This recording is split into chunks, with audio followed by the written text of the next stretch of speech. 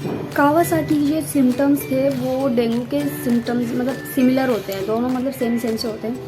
तो जो डेंगू वाले सिम्टम थे वो भी दिख रहे थे उसके।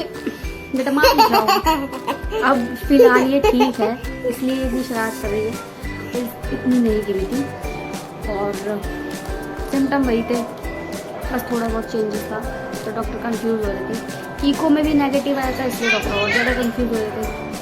But hey guys, welcome back to my YouTube channel. Hope करती हूँ आप सब बहुत अच्छे होंगे, मैं भी अच्छी हूँ। पर आप सोच रहे होंगे मैं कुछ दिनों से अपने चैनल पर दिखाई नहीं दे रही थी, उसके पीछे मेरे ये बेटी जो है ये रीज़न है, क्योंकि इसकी तबीयत पिछले महीने बहुत ज़्यादा ख़राब थी और ये हॉस्पिटल में एडमिट रही है 10 दिन। ये 5-6 तारीख को एडमिट हुई थी हॉस्पिटल में और डिस्चार्ज होकर 14-15 तारीख को आई है। तो मतलब ये 10 दिन एडमिट रही है हॉस्पिटल में और इसकी इतनी ज़्यादा तबीयत ख़राब थी, बहुत सीरियस थी ये। स्टार्टिंग में जब हमने इसको एडमिट किया था इसका 104 फीवर था और 104 फीवर कम से कम 3-4 दिन लगातार इसको कंटिन्यू 104 फीवर ही रहा था। फिर डॉक्टरों ने इसकी मतलब टेस्ट वगैरह किए तो उसमें डेंगू का टेस्ट किया, टाइफाइड का टेस्ट किया, पर क्लियर नहीं हो रहा था उन्हें कि इसको डेंगू है या कोई और वायरल फीवर है, क्योंकि इस टाइम वायरल फीवर भी बहुत ज़्यादा चल रहा है, डेंगू और टाइफाइड के अलावा भी। तो उन्होंने बहुत सारे इसके टेस्ट किए, बार बार इसका ब्लड ले रहे, बार बार इसकी प्लेटलेट्स देख रहे थे, इसकी प्लेटलेट्स कितनी डाउन जाती हैं, पर इसका डेंगू भी क्लियर नहीं हुआ उन्हें। और प्लेटलेट्स भी इसकी कोई खास इतनी मतलब डाउन में नहीं गई, खाली 1,27,000 तक इसकी लास्ट प्लेटलेट्स गई थी। उसके बाद उसके बेटा मान जाओ, अब फिलहाल ये ठीक है, इसलिए इतनी शरारत कर रही है, वरना तो इसकी बहुत ज़्यादा कंडीशन सीरियस हो गई थी। हम लोग सब डर गए थे कि पता नहीं क्या है क्या नहीं है इसको, क्योंकि डॉक्टरों ने कह दिया था कि इसकी हार्ट की भी इको हुई है।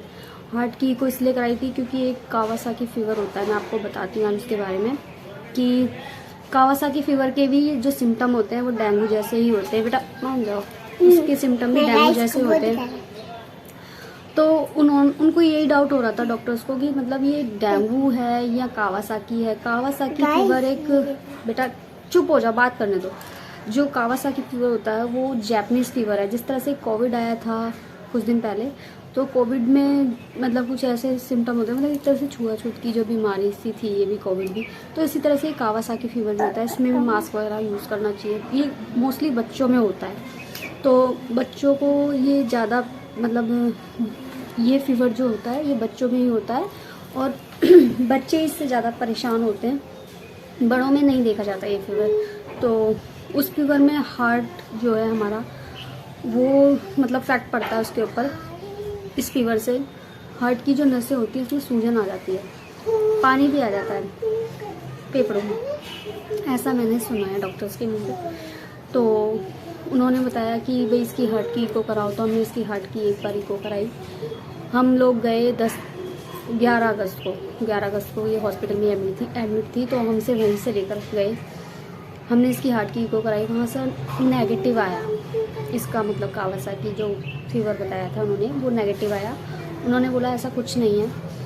फिर हम लोगों ने डॉक्टर को जब दिखाई वो रिपोर्ट, तो डॉक्टर ने बोला कोई बात नहीं। उसके सिम्टम ये थे कावासाकी के कि कावासाकी के जो सिम्टम्स थे वो डेंगू के सिम्टम्स मतलब सिमिलर होते हैं, दोनों मतलब सेम से होते हैं। तो जो डेंगू वाले सिम्टम थे वो भी दिख रहे थे, कावासाकी के सिम्टम भी दिख रहे थे।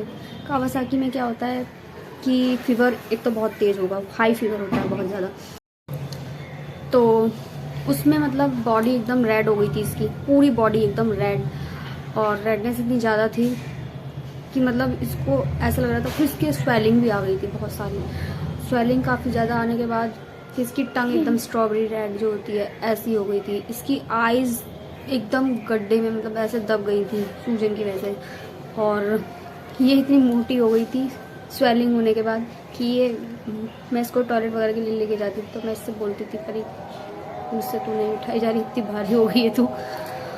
फिर जब डॉक्टर्स ने डेंगू का तो इलाज कर लिया लेकिन डेंगू से नहीं हो पाया, तो फिर उन्होंने एक आईवी ट्रीटमेंट दिया जाता है, आईवीजी ट्रीटमेंट होता है वो कावासाकी के लिए ही दिया जाता है स्पेशली। तो फिर वो ट्रीटमेंट चालू करा इसका। 2 दिन वो ट्रीटमेंट दिया लास्ट के, मतलब डिस्चार्ज होने से पहले 2-3 दिन पहले वो ट्रीटमेंट इसको जैसे ही दिया, इससे इसको रिलीफ मिला और बहुत रिलीफ मिला कि इसका बुखार बिल्कुल मतलब पहले चढ़ उतर रहा था तो वो बंद हो गया। कंटिन्यू उसको 3-4 दिन तो लगातार रहा था बुखार 104, फिर धीरे धीरे चढ़ने उतरने ऐसे होने लग गया। फिर जब वो ट्रीटमेंट मिला इसको तो उसके बाद से बिल्कुल मतलब बुखार इसको नहीं आया और अब तक भी नहीं आया है। इसके बाद डिस्चार्ज होने के बाद ये घर आ गई, घर आने के बाद भी इसको कोई फीवर नहीं आया। फिर जब इसको IVIG ट्रीटमेंट मिल गया इसके बाद इसको रिलीफ मिला पूरी तरह से। इसकी टंग जो थी वो भी ठीक होने लग गई, उसका फीवर भी नहीं आया। फिर उसके बाद मतलब ये भी बहुत खतरनाक बीमारी बताई है, तो मैं आपको बताती हूँ कि बहुत केयरफुल रहें क्योंकि इसके सिम्टम्स डेंगू जैसे होते हैं। बस प्लेटलेट्स इसमें नहीं गिरती, वरना डेंगू में बहुत प्लेटलेट्स गिर जाती हैं। इसकी प्लेटलेट्स इतनी नहीं गिरी थी और सिम्टम वही थे, बस थोड़ा बहुत चेंजेस था। तो डॉक्टर कंफ्यूज हो रहे थे। इको में भी नेगेटिव आया था इसलिए डॉक्टर और ज़्यादा कंफ्यूज हो रहे थे, बट उन्होंने फिर भी बोल दिया था क्योंकि इसकी पील होने लगी थी, स्किन फटने लग गई थी। आवाज़ कम करो। इसके लिप्स जो एकदम फट गए थे, हाथों की स्किन आपको अब नहीं दिखेगी क्योंकि अब भी है लेकिन बहुत कम है, अब तो ठीक होने लगी है क्योंकि इसका अब भी इसका ट्रीटमेंट जो चल रहा है वहाँ से इलाज अब भी इसका वहीं से चल रहा है और पूरा 6 हफ्ते, हाँ 6 हफ्ते का इलाज बताया इसका, एक कोर्स है वो करना पड़ेगा पूरा। इसकी पैरों की भी स्किन हटने लग गई है, आपको दिखेगी पतली में ऐसे ही स्किन हटने लग गई थी इसकी, लेकिन अब ये ठीक है। इसी वजह से मैं अपने चैनल पर काम नहीं कर पा रही थी, इसी वजह से ही मैं आपको दिखाई नहीं दे रही थी यूट्यूब पर, लेकिन अब मैं कंटिन्यू काम करूँगी क्योंकि अब थोड़ा सा मुझे जाके चैन मिला है। लेकिन अब भी मुझे इसके लिए हॉस्पिटल जाना पड़ता है। इसके डेली चेकअप होते हैं, चेकअप भी होते हैं, इसके टेस्ट भी होते हैं इसके। मुझे इसको इको अभी 31 तारीख की राखी थी, मैंने इसकी अभी एक इको कराई है ट्यूसडे की, अभी जो ट्यूसडे है पीछे उसकी मैंने इसको इको कराई है। और अब फिर से एक इको है इसकी आफ्टर 10 डेज 12 तारीख की, 12 सितंबर की, फिर से मुझे इसे लेकर जाना पड़ेगा वहीं पर, इसकी इको एक और होगी। लेकिन वैसे ये बहुत ठीक है, अब पहले से बेटर है, बहुत खेल रही है, खा रही है, कोई दिक्कत नहीं है ऐसी। लेकिन मुझे बहुत परेशानी हुई स्टार्टिंग के डेज में, पर अब सब कुछ ठीक है, भगवान ने बहुत हेल्प की है मेरी। कहते हैं कि दवाई से ज़्यादा दुआ लगती है, तो बस ऐसा ही हुआ है। दवाई उस टाइम बिल्कुल नहीं लग रही थी इसको, तो बस बहुत ज़्यादा परेशान थे सब घर में, खाना पीना सब ऐसे ही हो रहा था, नहीं हो रहा था, कुछ नहीं था बस। पर अब ठीक है सब कुछ, अब ऐसी कोई दिक्कत नहीं है, अब ये ठीक है। और स्कूल भी ये 1 महीने से नहीं गई, स्कूल ये कम से कम इसको हो गया 1 महीना हो गया, और ट्यूशन भी 1 महीना हो गया इसको बिना गए। अभी मैंने इसको 2-3 दिन से ट्यूशन स्कूल भेजना चालू किया है। तो अब मैं आपको कंटिन्यू अपने चैनल पर दिखूंगी। मेरा ना आने का रीज़न यही था, आप समझ सकते हो कि जब घर में बच्चा बीमार हो या बड़ा बीमार हो तो ब्लॉगिंग नहीं हो पाएगी, चैनल पर काम। हाँ, केयरफुल रहे इस बीमारी को लेके। ये एक जैपनीज़ फीवर होता है, कावासाकी, मैंने आपको बता ही दिया है। इसके सिम्टम भी मैंने आपको बता दिया है।